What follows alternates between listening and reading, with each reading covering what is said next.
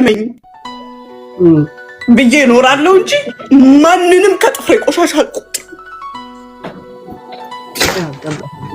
ማንንም ከዚህ በኋላ ሲጀመር እንዲያውም ሄለን ቤትሽ የመጨረሻ ቤቴ ነው። ከዚህ በኋላ ለዚህ ጉዳይ ለመነጋገር ወንድ የሆነ ይጠይቀኝ። ከዚህ በኋላ ዛሬ ነው ብልግናዬ እንዲያውም የሚመጣው። ህግ ባለበት ሀገር ህግ ይጠይቀኛል። ሰው ነህ ብዬ ሳከብረው ሰው ነች ብሎ የማያከብረኝ ከሆነ እንስሳነቴን እኔ የማመጣዋለሁ። አለቀ። በተረፈ ሄለን ባለጌ ሰው አይደለሁም። ወላሂ ነው የምልሽ፣ ባለጌ ሰው አይደለሁም። ረሃብን ስለማውቀው ሰው ራበኝ ሲል ያሳዝነኛል። ደጅ መንገድ ላይ ማደርንም ሆነ በየፖሊስ ጣቢያው በየኢሚግሬሽኑ መንከራተቱንም ስለማውቀው ሰው ያሳዝነኛል። እኔ እማላውቀው ሞትን ብቻ ነው። ሞትን አላውቀውም። እስቲ ከዛ በተረፈ ችግር የተባሉትን ነገሮች በሙሉ ስለማውቃቸው በዛ ውስጥ አለፍኩ ሲል ማንም ሰው ያሳዝነኛል። ማንም ምንም አያገባውም። ሰርቄ ላምጣው፣ እግሬን ከፍቼ ላምጣው፣ ጭንቅላቴን በርግጄ ላምጣው፣ ማንም ምንም አያገባውም። እሰጣለሁ። ዋናው አላህ ይቀበለው አይቀበለው ነው ታርጌቱ፣ ዋናው ፖይንቱ እንጂ እንትና አፕሪሼት አደረገኝ፣ እንትና አዋረደኝ፣ እንትና ምናለኝ እኔ ጋር አይሰራም። ላይፍን የጠገበ ሰው እኮ ሄለን ምንም አይመስለውም።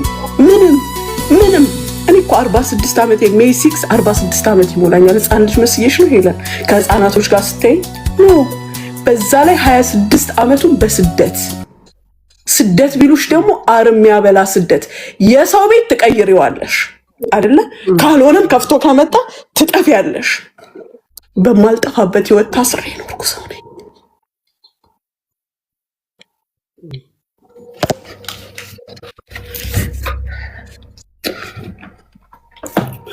ሰው የገነባውን ሰው የሚያፈርሰው ራሱ የገነባ ሰው ማንም አያፈርሰው።